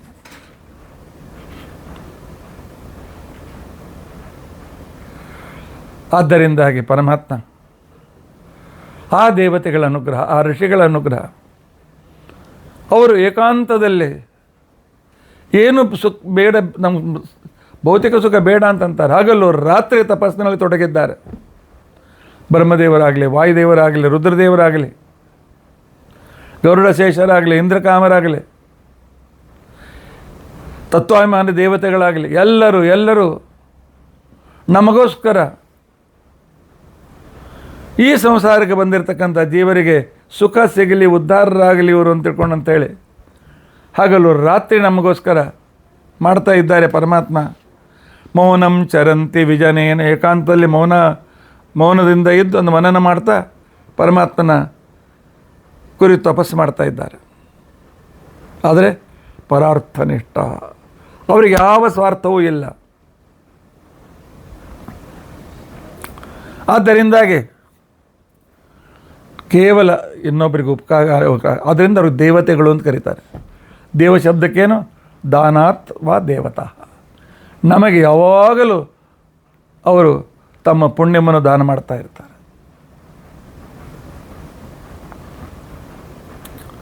ಆದರೆ ಅವರನ್ನೇ ಮರೆತು ಬಿಡ್ತೀವಲ್ಲ ನಾವು. ನಮಗೆ ಯಾರ್ಯಾರೋ ವ್ಯಕ್ತಿಗಳು ಇಂಪಾರ್ಟೆಂಟ್ ಆಗ್ತಾರೆ, ಯಾರ್ಯಾರೋ ಸಿನಿಮಾ ಸ್ಟಾರ್ಗಳು, ಆನಂತರ ಕ್ರಿಕೆಟ್, ಅವ್ರು ಹಣ ಗಳಿಸ್ತಾರೆ, ನಿಮಗೇನು ಉಪಕಾರ ಮಾಡ್ತಾರೆ ಅವರು. ಆದರೆ ಇಷ್ಟು ಬಾಲ್, ಈ ಬಾಲ್, ಆ ಬಾಲ್, 24 ತಾಸು ಅವರಿಂದ ಟೈಮ್ ಪಾಸ್ ಮಾಡ್ತಾಯಿರ್ತಾರೆ. ಆಯ್ತಪ್ಪ ಪ್ರಹ್ಲಾದ, ನಿನ್ನ ಸಲುವಾಗಿ ನಾವು ಅವತಾರ ತೊಗೊಂಡೆ, ಉದ್ಧಾರ ಮಾಡಿದೆ, ಇನ್ನು ಯಾಕೆ ನೀ ಚಿಂತೆ ಮಾಡ್ತಿ? ಬನ್ನಿ ನನ್ನ ಜೊತೆ. ಪ್ರಹ್ಲಾದ ಹೇಳ್ತಾನೆ, ನಾನು ಬರೋದಿಲ್ಲ. ನೈತಾನ್ ವಿಹಾಯ ಕೃಪಣಾನ್ ವಿಮುಕ್ಷ ಏಕಃ. ನನ್ನ ಭಕ್ತರನ್ನು ಬಿಟ್ಟು, ನನ್ನ ಅನುಯಾಯಿಗಳನ್ನು ಬಿಟ್ಟು ಅವರಿಗೆ ಮೋಕ್ಷ ಆಗುವವರೆಗೂ ನಾನೊಬ್ಬನೇ ಮೋಕ್ಷಕ್ಕೆ ಬರಲು ಬಯಸುವುದಿಲ್ಲ. ಈ ಮಾತು ನೆನಪಿನ ಇಟ್ಟುಕೊಳ್ಳಿ. ಪ್ರಹ್ಲಾದರಾಜರು ಪ್ರಹ್ಲಾದನಾಗಿ, ಆನಂತರ ವ್ಯಾಸರಾಯರಾಗಿ, ಆನಂತರ ರಾಘವೇಂದ್ರ ಸ್ವಾಮಿಗಳಾಗಿ, ರಾಘವೇಂದ್ರ ಸ್ವಾಮಿಗಳು ಕೂಡ ನನ್ನ ಬಂಧುಗಳು, ನನ್ನ ಶಿಷ್ಯರು, ನನ್ನ ವಿದ್ಯಾಬಂಧುಗಳು, ನನ್ನನ್ನು ನೆನೆಸುವ ಎಲ್ಲ ವ್ಯಕ್ತಿಗಳು, ಅವರಿಗೆ ಒಳಿತಾಗಲಿ ಅಂತ ತಿಳ್ಕೊಂಡಂತೇಳಿ ನಾನು ತಪಶ್ಚರ್ಯ ಮಾಡ್ತೇನೆ, ಅವ್ರ ಕಡೆಯಿಂದ ಮಾಡಿಸ್ತೇನೆ ಅಂತ ತಿಳ್ಕೊಂಡಂತಂದಿದ್ದಾರೆ. ನಾವು ರಾಘವೇಂದ್ರ ಸ್ವಾಮಿಗಳವರು ಹೇಳಿದಂತೆ, ರಾಘವೇಂದ್ರ ಸ್ವಾಮಿಗಳು ಅಂತಂದರೆ ಉಪಲಕ್ಷಣತೆಯ ಟೀಕಾಕೃತ್ಪಾದರು, ವ್ಯಾಸರಾಯರು, ವಾದಿರಾಜರು, ರಘುತ್ತಮರು ಇತ್ಯಾದಿ ವಿದ್ಯಾಧೀಶರು, ಮಹಾನುಭಾವರು ಎಲ್ಲರೂ ಅವರು ಹೇಳಿದ ದಾರಿಯಲ್ಲಿ ನಾವು ಇಲ್ಲದೇ ಇದ್ದರೆ ನಾವು ಅವರ ಭಕ್ತರಲ್ಲ.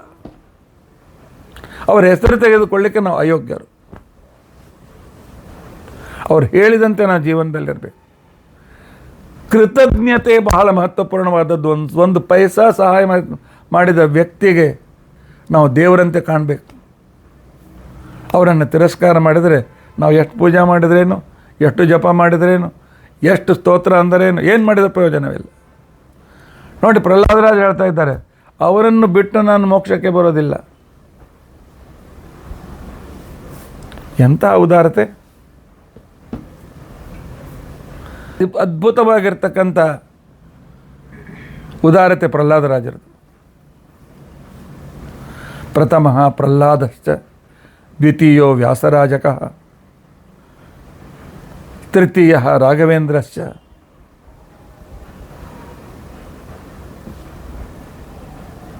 ಅಂತ ತಿಳ್ಕೊಂಡಿರ್ತಕ್ಕಂಥ ಒಂದು ಶ್ಲೋಕ ಪ್ರಸಿದ್ಧವಿದೆ.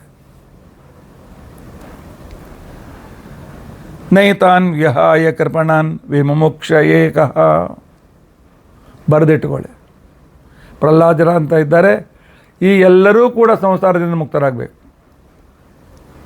ಎಲ್ಲ ಸಜ್ಜನರು ಒಂದು ವೇಳೆ ದುರ್ಜನರ ಸಂಘದಿಂದ ಕೆಟ್ಟ ದಾರಿಯಲ್ಲಿದ್ದರೆ ಅವರು ಉದ್ಧತರಾಗಬೇಕು. ಅವರ ಉದ್ಧಾರವು ನನ್ನ ಜೀವನದ ಮಹತ್ವಪೂರ್ಣವಾಗಿರ್ತಕ್ಕಂಥ ಒಂದು ಭಾಗ. ನೈತಾನ್ ವಿಹಾಯ ಕೃಪಣಾನ್ ವಿಮುಕ್ಷ ಹೇತೋ ನಾಣ್ಯಂ ತ್ವದಸ್ಯ ಶರಣಂ ಭ್ರಮತಃ ಅನುಪಶ್ಯ. ಆಯ್ತಪ್ಪ, ಸರಿ, ನನ್ನ ಕಡೆ ಯಾಕೆ ಬಂದೆ? ನನ್ನನ್ನು ಯಾಕೆ ನೆನೆಸ್ದೆ? ಭಗವಂತ, ನಿನ್ನನ್ನು ಬಿಟ್ಟರೆ ಈ ಸಂಸಾರದಲ್ಲಿ ದುಃಖ ಸುಖದ ಮಧ್ಯದಲ್ಲಿ ಭ್ರಮಣ ಮಾಡ್ತಾ ಇರತಕ್ಕಂಥ ವ್ಯಕ್ತಿಗಳಿಗೆ ನಿನ್ನನ್ನು ಬಿಟ್ಟು ಬೇರೆ ಆಶ್ರಯದಾತರು ಯಾರಿದ್ದಾರೆ ಹೇಳೋ ಪರಮಾತ್ಮ? ಉಳಿದ ದೇವತೆಗಳೆಲ್ಲ ಉಪಕಾರ ಮಾಡ್ತಾರೆ, ಅವರ ಉಪಕಾರಕ್ಕೆ ಒಂದು ಲಿಮಿಟ್ ಇದೆ.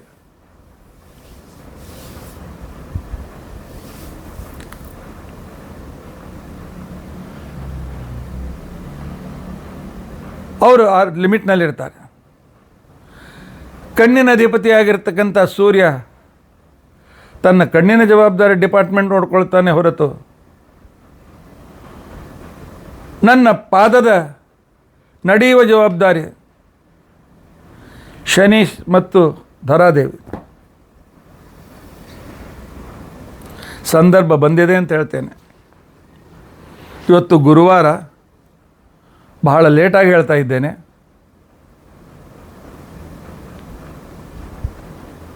ಬರುವ ಶನಿವಾರ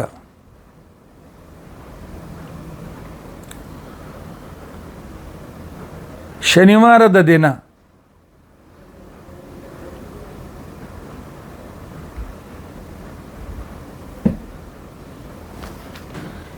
ನಾಡಿದ್ದು ಶನಿವಾರ, ಅವತ್ತೇ ಶನಿಯ ಜಯಂತಿ, ಶನೈಶ್ಚರ ಜಯಂತಿ. ಅದರಲ್ಲಿ ಅಮಾವಾಸ್ಯೆ ಬೇರೆ, ದರ್ಶ ಬೇರೆ. ಎಷ್ಟೋ ವರ್ಷಗಳ ನಂತರ ಶನಿದೇವರ ಜಯಂತಿ ಶನಿವಾರ ಬರ್ತಾ ಇದೆ. ಅವತ್ತಿನ ದಿವಸ ನಮ್ಮ ವಿದ್ಯಾಪೀಠದಲ್ಲಿ ನಾವು ಶನಿ ಮಹಾಹೋಮವನ್ನು ಇಟ್ಟುಕೊಂಡಿದ್ದೇವೆ. ಶನಿಮಂತ್ರ ಮಹಾಹೋಮವನ್ನು ಇಟ್ಟುಕೊಂಡಿದ್ದೇವೆ. ಅಮಾವಾಸ್ಯೆ ದಿನ ನಾನಿನ್ನೂ ನಮ್ಮ ಯೂಟ್ಯೂಬ್ನಲ್ಲಿ ನಮ್ಮ ಆನಂದ ವಿಹಾರ ವಿದ್ಯಾದಲ್ಲಿ ಹಾಕಲಿಲ್ಲ. ಬಹುಶಃ ಇವತ್ತು ರಾತ್ರಿಯೋ ನಾಳೆ ಹಾಕ್ತೇನೆ. ತಪ್ಪದೆ ಶನಿ ಸ್ತೋತ್ರ ಹೇಳಿ, ತಪ್ಪದೆ ನವಗ್ರಹ ಸ್ತೋತ್ರ ಹೇಳಿ.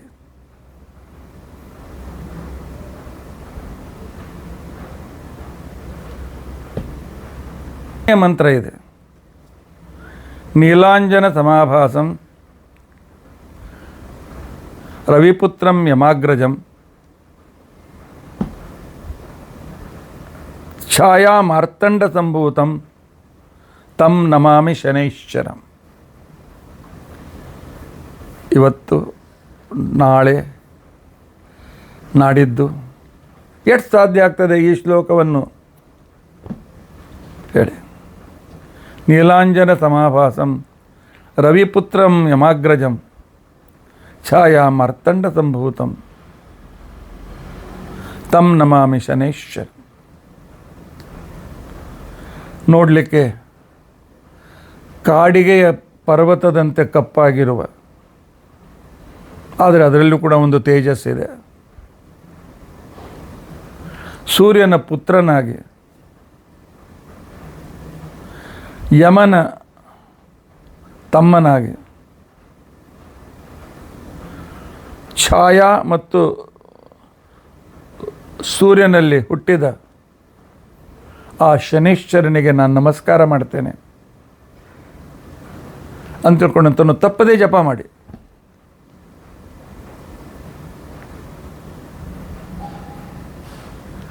ಶನಿ ಜಯಂತಿಯ ಇಂಪಾರ್ಟೆನ್ಸ್ ಬಹಳ ಬಹಳ ಇದೆ. ನನ್ನ ಪ್ರಕಾರ ಎಷ್ಟೋ ವರ್ಷಗಳ ನಂತರ ಲೆಕ್ಕ ನೆನಪಿಲ್ಲ ನನಗೆ, ಶನಿವಾರ ದಿವಸ ಶನೇಶ್ವರ ಜಯಂತಿ ಬರ್ತಾ ಇದೆ. ಯಾರ್ಯಾರಿಗೆ 7.5 ಇದೆ, ಯಾರ ಪಂಚಮ ಸ್ಥಾನದಲ್ಲಿ ಶನಿ ಇದ್ದಾನೆ, ಯಾರ ಅಷ್ಟಮ ಸ್ಥಾನದಲ್ಲಿ ಶನಿ ಇದ್ದಾನೆ, ಯಾರಿಗೆ ಕಾಲುಗಳ ಪ್ರಾಬ್ಲಮ್ ಇದೆ, ಯಾಕೆ ಕಾಲುಗಳಿಗೆ ವಿಪತ್ತಿ, ಶನೇಶ್ವರ ಮತ್ತು ಧರಾದೇವಿ.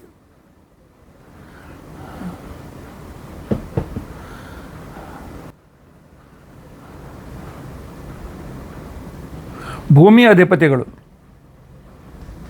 ಭೂಮಿ ಎಂಬ ಅಧಿಪತಿ. ಈ ಭೂಮಿಯಲ್ಲಿ ನಾವು ಸರಿಯಾಗಿ ನಡೆಯಬೇಕಾಗಿದ್ದರೆ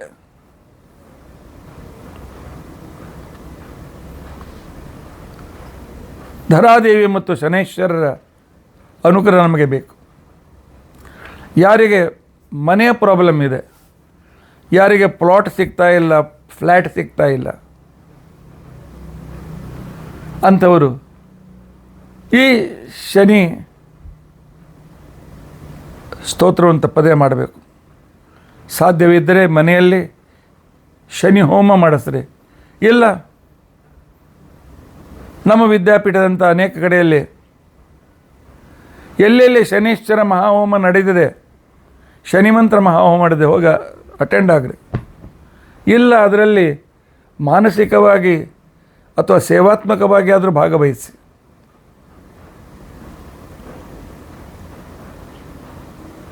ಇಂತಹ ಶನೀಶ್ವರ ಅಂತರ್ಗತನಾಗಿರ್ತಕ್ಕಂಥ ಭಾರತೀಯರ ಮುಖ್ಯ ಪ್ರಾಣ ಅಂತರ್ಗತ ಭಗವಂತ ನಮ್ಮ ಮೇಲೆ ವಿಶೇಷ ಅನುಗ್ರಹ ಮಾಡ್ತಾನೆ. ಹಾಗೆ ಶನಿ ಅನುಗ್ರಹ ನಮ್ಮ ಮೇಲೆ ಬಹಳ ವಿಶೇಷ ಇದೆ. ಶನಿ ಕೆಟ್ಟ ಗ್ರಹ ಅಲ್ಲ, ದುಷ್ಟ ಗ್ರಹ ಅಲ್ಲ. ಜ್ಯೋತಿಷ್ಕರು ಹೇಳಂತೆ ಶನಿ ಕೆಟ್ಟವನಲ್ಲ. ಆದರೆ Shani is A very hard strict master. ಧರ್ಮದಿಂದ ಇದ್ದೀರಿ, ದೇವತೆಗಳಲ್ಲಿ, ಗುರುಗಳಲ್ಲಿ, ಹಿರಿಯರಲ್ಲಿ ನೀವು ಭಗವಂತನನ್ನು ಕಾಣುತ್ತಾ ಆದರ ತೋರಿಸ್ತಾ ಇದ್ದೀರಿ. ಶನಿ ನಿಮ್ಮನ್ನು CEO ಮಾಡ್ತಾನೆ, ದೊಡ್ಡ ಪೋಸ್ಟ್ನಲ್ಲಿಡ್ತಾನೆ, ಮಿನಿಸ್ಟರನ್ನಾಗಿ ಮಾಡ್ತಾನೆ, ದೊಡ್ಡ ಧರ್ಮಗುರುವನ್ನಾಗಿ ಮಾಡ್ತಾನೆ.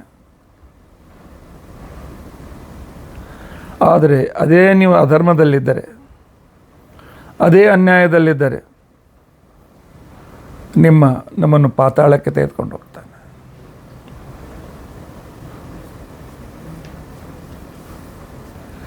ಶನಿ ಜಯಂತಿ ಬಹಳ ಇಂಪಾರ್ಟೆನ್ಸ್ ಇದೆ. ಶನಿ ಆರಾಧನೆ ಭಾಳ ಇಂಪಾರ್ಟೆಂಟ್ ಇದೆ. ಇದರರ್ಥ ಸೂರ್ಯನ ಆರಾಧನೆ, ಚಂದ್ರನ ಆರಾಧನೆ ಇಂಪಾರ್ಟೆಂಟ್ ಅಲ್ಲ ಅಂತಲ್ಲ. ಆದರೆ ಇವನು ಸ್ಟ್ರಿಕ್ಟ್ ಮಾಸ್ಟರ್. ಆದ್ದರಿಂದಾಗಿ ಯಾರ್ಯಾರ್ದು ಕುಂಭ, ಮೀನ, ಮೇಷ ರಾಶಿ ಇದೆ 7.5,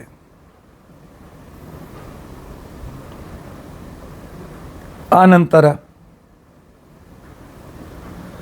ಮೀನರಾಶಿ, ಯಾವ ರಾಶಿಯಿಂದ ಮೀನರಾಶಿ 5ನೇ ರಾಶಿ ಆಗ್ತದೆ, ಯಾವ ರಾಶಿಯಿಂದ ಮೀನರಾಶಿ 8ನೇ ರಾಶಿ ಆಗ್ತದೆ,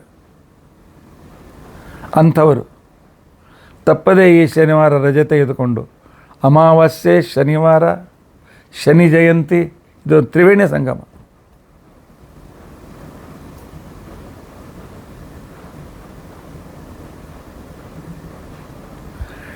ಇವನ ದೃಷ್ಟಿ ಯಾರ ಮೇಲೆ ಬೀಳ್ತದೆ ಅಂದರೆ ಅನ್ಯಾಯ ಮಾಡಿದವರ ಮೇಲೆ, ಅವರು ಪಾತಾಳಕ್ಕೆ ಎಲ್ಲ ರೀತಿಯಿಂದಲೂ ಹಾನಿಯಾಗೋದು ನಿಶ್ಚಿತ. ಆದರೆ ಇವನ ಕೃಪಾದೃಷ್ಟಿ, ಧರ್ಮದಿಂದ ಇರ್ತಕ್ಕಂಥವರು, ಸತ್ಯದಿಂದ ಇರತಕ್ಕಂಥವ್ರು ಯಾರಿದ್ದಾರೆ ಅವ್ರ ಮೇಲೆ ಅವನು ಕೃಪಾದೃಷ್ಟಿ ಬಿದ್ದರೆ ಅವರು ತಮ್ಮ ಜೀವನದಲ್ಲಿ ಉತ್ತಮವಾಗಿರ್ತಕ್ಕಂಥ ಸ್ಥಾನವನ್ನು ಪಡೀತಾರೆ. ನಾನೊಬ್ಬ ಸಾಮಾನ್ಯ ವ್ಯಕ್ತಿ, ಹೆಂಡತಿ ಮಕ್ಕಳು ತಂದೆ ತಾಯಿಗೆ ಹೊಟ್ಟೆಗೆ ಹಾಕಲಿಕ್ಕೂ ಕಷ್ಟಪಡ್ತಾ ಇದ್ದೆ. ಆದರೆ ಸಂಧ್ಯಾ ವಂದನೆ ದೇವ್ರ ಪೂಜೆ ಯಾವುದೋ ಒಂದು ಬಿಡಲಿಲ್ಲ, ಧರ್ಮದಿಂದ ಇದ್ದೆ.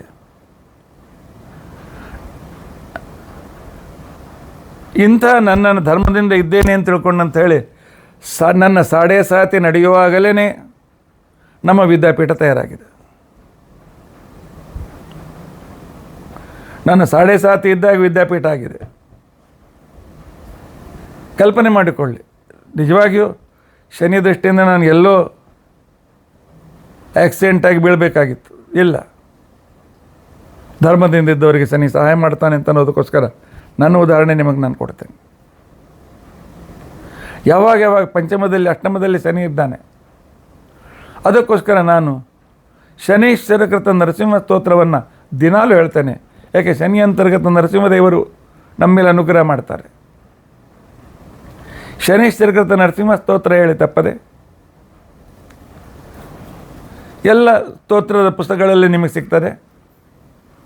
ನವಗ್ರಹ ಸ್ತೋತ್ರ ಹೇಳಿ, ಕೊನೆಗೆ ಆಗಲೇ ನೀಲಾಂಜನ ಸಮಾಭಾಸಂ ರವಿಪುತ್ರಂ ಯಮಾಗ್ರಜಂ ಛಾಯಾ ಮರ್ತಂಡ ಸಂಭುಕ್ತಂ ತಮ್ಮ ನಮಾಮಿ ಶನೇಶ್ವರಂ. ಇಂಥ ಉಪಕಾರಕ ಶನಿಯ ಆರಾಧನೆಯನ್ನು ತಪ್ಪದೇ ಮಾಡೋಣ ನಾವು.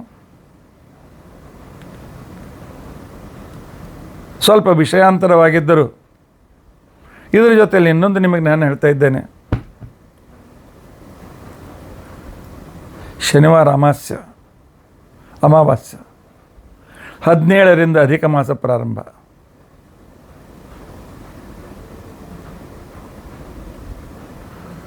ಈ ಅಧಿಕ ಮಾಸದಲ್ಲಿ ನಮ್ಮ ವಿದ್ಯಾಪೀಠದಲ್ಲಿ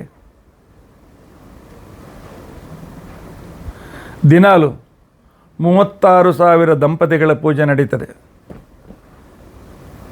36,000 ದಂಪತಿಗಳಿಗೆ ನಾವು ಪೂಜೆ ಮಾಡ್ತೇವೆ, ಅರ್ಘ್ಯ ಕೊಡ್ತೇವೆ, ಪುಷ್ಪಾರ್ಚನೆ ಮಾಡ್ತೇವೆ. ಆ ನಂತರ ಅವರಿಗೆ ಊಟಕ್ಕೆ ಹಾಕ್ತೇವೆ, ಅವರಿಗೆ ಸ್ತೋತ್ರ ಮಾಡ್ತೇವೆ, ಅವರಿಗೆ ಮಂಗಳಾರತಿ ಮಾಡ್ತೇವೆ. ಯಾಕ್ರೆ ಆಚಾರ್ಯ ಸುಳ್ಳು ಹೇಳ್ತೀರಿ? 36,000 ಜನ ನಿಮ್ಮಲ್ಲಿ ಜಾಗ ಇದೆಯಾ?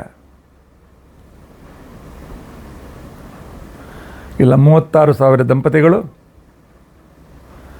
ಅಂದರೆ ನಮ್ಮ ಶರೀರದಲ್ಲಿದ್ದ 36,000 ದಂಪತಿಗಳು, ಅವರೇ ಲಕ್ಷ್ಮೀನಾರಾಯಣರು. 36,000 ಪುರುಷ ನಾಡಿ, ಬಲಬದಿಗೆ 36,000 ಭಗವಂತನ ರೂಪಗಳು, 36,000 ಸ್ತ್ರೀ ನಾಡಿಗಳು, ಅದು ಲಕ್ಷ್ಮೀ ರೂಪಗಳು, ಪರಮಾತ್ಮನ ಸ್ತ್ರೀ ರೂಪಗಳು. ಪರಮಾತ್ಮ ಸ್ತ್ರೀ ರೂಪದಿಂದ ಲಕ್ಷ್ಮಿಯನ್ನು ತನ್ನಿಟ್ಟುಕೊಂಡು ತಾನೇ ದಂಪತಿಯಾಗಿದ್ದಾನೆ. ಇವನ ಆರಾಧನೆ ಅಂತಿಕೊಂಡಂತಂದರೆ 36 ಸ್ವರಗಳು, 36 ವ್ಯಂಜನಗಳಿಂದ ಸಹಿತವಾದ ಬೃಹತಿ ಛಂದಸ್ಸಿನಲ್ಲಿರುವ 1000 ಮಂತ್ರ. ಇದಕ್ಕೇನೆ ಬೃಹತಿ ಸಹಸ್ರ ಅಂತ ತಿಳ್ಕೊಂಡಂತೇಳಿ ಕರೀತಾರೆ.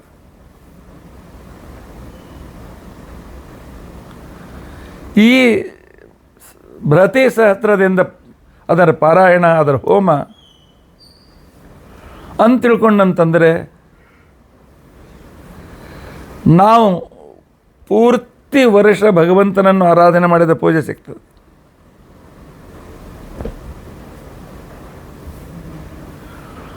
ಅಷ್ಟೇ ಅಲ್ಲ, ಪೂರ್ತಿ 1000 ಮಂತ್ರ ಬಿಡಿ, ಮೊದಲಿನ 8 ಮಂತ್ರ ತದಿದಾ ಸಂಭುವನೇಶು ಜ್ಯೇಷ್ಠಂಪು ಅಂತ ತಿಳ್ಕೊಂಡಂತೇಳಿ ಮಂತ್ರ ಪ್ರಾರಂಭವಾಗ್ತದೆ. ತಂತ್ರಸಾರದಲ್ಲಿ ಹೇಳ್ತಾರೆ, ತದಿದಾಸಂ ಜಪೇತ್ ಸೂಕ್ತಂ ಏ ಪಠಂತಿ ದಿನೇ ದಿನೇ. ತದಿದಾಸ ಸೂಕ್ತವನ್ನು ಯಾರು ಪಠನ ಮಾಡ್ತಾರೆ,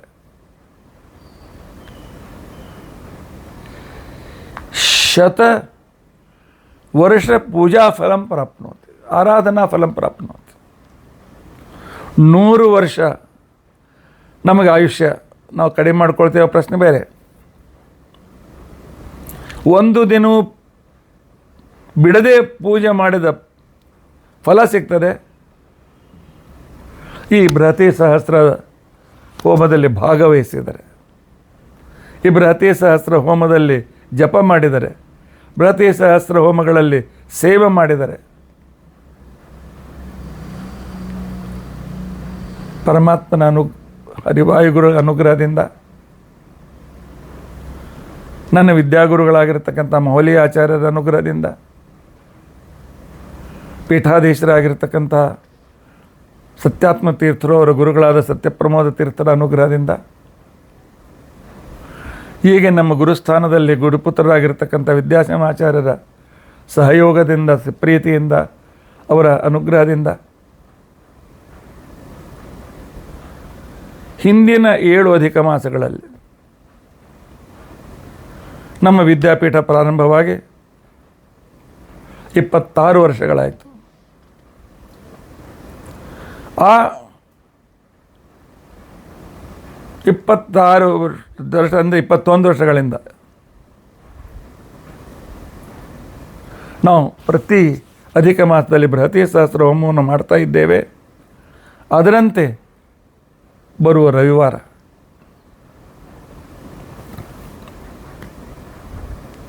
ದಿಂದ ಪ್ರಾರಂಭ ಮಾಡಿ ಜ್ಯೇಷ್ಠ ಮಾಸ ಮುಗಿಯುವವರೆಗೆ ಏಕಾದಶಿ ದ್ವಾದಶಿ ಬಿಟ್ಟು, ಯಾಕೆ ಏಕಾದಶಿ ಹೋಮ ಮಾಡಲಿಕ್ಕೆ ಬರೋದಿಲ್ಲ, ಪಾರಾಯಣ ಇರ್ತದೆ ಅವತ್ತು. ದ್ವಾದಶಿ ಅಷ್ಟು ಬೇಗನೆ ಮಾಡಲಿಕ್ಕೆ ಆಗೋದಿಲ್ಲ. ಏಕಾದಶಿ ದ್ವಾದಶಿ ಬಿಟ್ಟು ಅಂದರೆ ತಿಂಗಳಲ್ಲಿ 4 ದಿವಸ ಬಿಟ್ಟು ಉಳಿದ 26 ದಿನ ಬೃಹತಿ ಸಹಸ್ರ ಹೋಮವನ್ನು ಮಾಡ್ತಾ ಇದ್ದೇವೆ.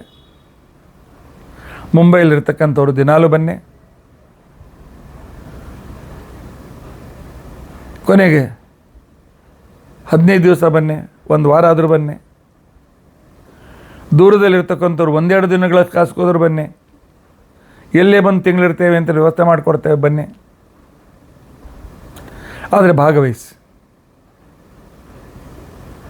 ಇದರಲ್ಲಿ ಭಾಗವಹಿಸುವುದು ನಮ್ಮ ಜನ್ಮ ಜನ್ಮಾಂತರದ ಪಾಪಗಳನ್ನು ಕಳೆದುಕೊಂಡು ಪರಮಾತ್ಮನ ಪರಮಾನುಗ್ರಹ ಪಡೆಯತಕ್ಕಂಥ ಒಂದು ಸುಸಂದರ್ಭ. ವಿಶ್ವಂ ವಿಷ್ಣುರ್ವ ಷಟ್ಕಾರಾದಿ 1000 ಪರಮಾತ್ಮನ 1000 ರೂಪಗಳ ಅನುಗ್ರಹ ಪಡೆಯುವ ಸುಸಂದರ್ಭ. ಇದರ ಜೊತೆಯಲ್ಲಿ ಶ್ರೀಮದಾಚಾರ್ಯರು ತಂತ್ರಸಾರದಲ್ಲಿ ಹೇಳಿದ 72 ಮಹಾಮಂತ್ರಗಳ 72 ಮಹಾಮಂತ್ರಗಳ ಹೋಮವನ್ನು ಕೂಡ ಈ ಸಲ ಇಟ್ಟುಕೊಂಡಿದ್ದೇವೆ. 72 ಮಹಾಮಂತ್ರಗಳ ಹೋಮ ನಮ್ಮ ಎಲ್ಲ ಪಾಪ ದುರಿತ ಕಷ್ಟಗಳ ನಿವಾರಣೆ ಪೂರ್ವಕ ಪರಮಾತ್ಮನ ಪರಮಾನುಗ್ರಹ. 72 ಮಹಾಮಂತ್ರ ದಿನಾಲು ಹೋಗೋದಿಲ್ಲ, 3 ಅಥವಾ 4 ಪ್ರತಿದಿನದಂತೆ 26 ದಿನಗಳಲ್ಲಿ 72 ಮಹಾಮಂತ್ರಗಳ ಹೋಮವನ್ನು ಕೂಡ ಮಾಡಿಕೊಳ್ಬೇಕು ಅಂತ ಇಟ್ಕೊಂಡಿದ್ದೇವೆ. ಗುರುಗಳಿಗೆ, ಹಿರಿಯರಿಗೆ ಎಲ್ಲರೂ ಪ್ರಾರ್ಥನೆ ಮಾಡಿಕೊಂಡಿದ್ದೇವೆ. ಇದರಲ್ಲಿ ನೀವು ಕೂಡ ಭಾಗವಹಿಸಿ ಪುಣ್ಯವಂತರಾಗಿರಿ. ಏನೋ ಪ್ರವಚನ ಬಿಟ್ಟು ಆಚಾರ್ಯ ಬೇರೆ ಹೇಳ್ತಾ ಇದ್ದಾರೆ ಅಂತ ತಿಳ್ಕೊಳ್ಬೇಡಿ. ದೇವತೆಗಳು ನಮ್ಮ ಮೇಲೆ ಉಪಕಾರಗಳಾಗಿದ್ದಾರೆ. ಇದನ್ನು ಇವತ್ತಿನ ಪ್ರವಚನ ತಪ್ಪದೇ ತಿಳಿದುಕೊಳ್ಳಿ. ಪ್ರಹ್ಲಾದರಾಜರು ಹೇಳ್ತಾರೆ, ಪರಮಾತ್ಮ ಇವತ್ತು ನನಗೆ ಮುಕ್ತಿ ಕೊಡ್ತೀನಿ, ನನ್ನ ಹತ್ರ ಕರೆದುಕೊಂಡು ಹೋಗ್ತೆ, ಆದರೆ ನನ್ನ ಭಕ್ತರಿಗೂ ಮುಕ್ತಿ ಆಗುವವರೆಗೂ ನಾನು ಬರೋದಿಲ್ಲ ಪರಮಾತ್ಮ. ಈ ರೀತಿಯಾಗಿ ಹೇಳಿದ ವ್ಯಕ್ತಿ ಗೋಕರ್ಣ ಭಾಗವತ್ ಸಪ್ತಾಹ ಮಾಡಿದರೆ ಅವನ ಅಣ್ಣನಿಗೆ ಅವನಿಗೋಸ್ಕರ ಸ್ವರ್ಗದಿಂದ ವಿಮಾನ ಬಂದರೆ ಇವರೆಲ್ಲರಿಗೂ ವಿಮಾನ ಬರುವವರೆಗೂ ನಾನು ಭಾಗವತ ಹೇಳ್ತೇನೆ, ಬರೋದಿಲ್ಲ ಅಂತ ಹೇಳ್ತೇನೆ. ಸಜ್ಜನರು ಹೇಗೆ ಇರ್ತಾರೆ ರೀ, ಜಗತ್ತಿಗೆ ಉಪಕಾರ ಮಾಡಬೇಕು ಅಂತ ತಿಳ್ಕೊಂಡು ಅಂತೇಳಿ ಕಷ್ಟಪಟ್ಟು ತಾವೆಲ್ಲ ಜಪ ತಪ ಹೋಮ ಹವನ ಮಾಡ್ತಾ ಇರ್ತಾರೆ. ಆದರೆ ಒಂದೇ ಒಂದು ಸಂಕಟಗಳು ದೂರವಾಗಬೇಕಾಗಿದ್ದರೆ ನರಸಿಂಹದೇವರನ್ನು ಬಿಟ್ಟು ಬೇರೆ ಯಾರು ಶರಣಿಲ್ಲ. ಇದರರ್ಥ ಪರಮಾತ್ಮ ಯಾವ ರೂಪವನ್ನಾರು ಶರಣು ಅನ್ಬೋದು. ನಾಣ್ಯಂ ತ್ವದಸ್ಯ ಶರಣಂ ಭ್ರಮತೋ ಅನುಪಸ್ಯ. ಸಂಸಾರದಿಂದ ಮುಕ್ತರಾಗಬೇಕಾಗಿದ್ದರೆ, ಸಂಸಾರದ ಈ ಭ್ರಮಣದಿಂದ ದುಃಖ ಪಾರಾಗಬೇಕಾಗಿದ್ದರೆ ನರಸಿಂಹದೇವರನ್ನು ಬಿಟ್ಟು ಬೇರೆ ಯಾರು ಆಶ್ರಯದಾತರಲ್ಲ. ಅದರ್ಥ ಪರಮಾತ್ಮನ ಬಿಟ್ಟು ಬೇರೆ ಯಾರು ಅದೃಷ್ಟಾಯತಲ್ಲ. ಅಂಥ ಭಗವಂತನಿಗೆ ನಾವು ಶರಣೋಗೋಣ. ಇತಿ ಅದ್ಯ ಕರ್ತಾ ಪ್ರಸಕ್ತಿ. ಹರೇ ರಾಮ ರಾಮ ರಾಮ ಹರೇ ಹರೇ, ಹರೇ ಕೃಷ್ಣ ಕೃಷ್ಣ ಕೃಷ್ಣ ಹರೇ. ಉಗ್ರಂ ವೀರಂ ಮಹಾವಿಷ್ಣುಂ ಜ್ವಲಂತಂ ಸರ್ವತೋಮುಖಂ ನೃಸಿಂಹಂ ಭೀಷಣಂ ಭದ್ರಂ ಮೃತ್ಯುಂ ನಮಾಮ್ಯಹಂ. ಅಕ್ಷಯಂ ಕರ್ಮ ಯಸ್ಮಿನ್ ಪರೇ ಸ್ವರ್ಪಿತಂ ಪ್ರಕ್ಷಯಂ ಯಾಂತಿ ದುಃಖಾನಿ ಯನ್ನಾಮತಃ. ಅಕ್ಷರೋ ಯೋಜರ ಸರ್ವದೈವಾಮೃತ ಕುಕ್ಷಿಗಂ ಯಸ್ಯ ವಿಶ್ವಂ ಸದಾ ಜಾತಿಕಂ ಪ್ರೀಣಯಾಮೋ ವಾಸುದೇವಂ ದೇವತಾಮಂಡಲ ಖಂಡಮಂಡನಂ. ಶ್ರೀಕೃಷ್ಣಾರ್ಪಣಮಸ್ತು. ಶ್ರೀಕೃಷ್ಣಾರ್ಪಣ.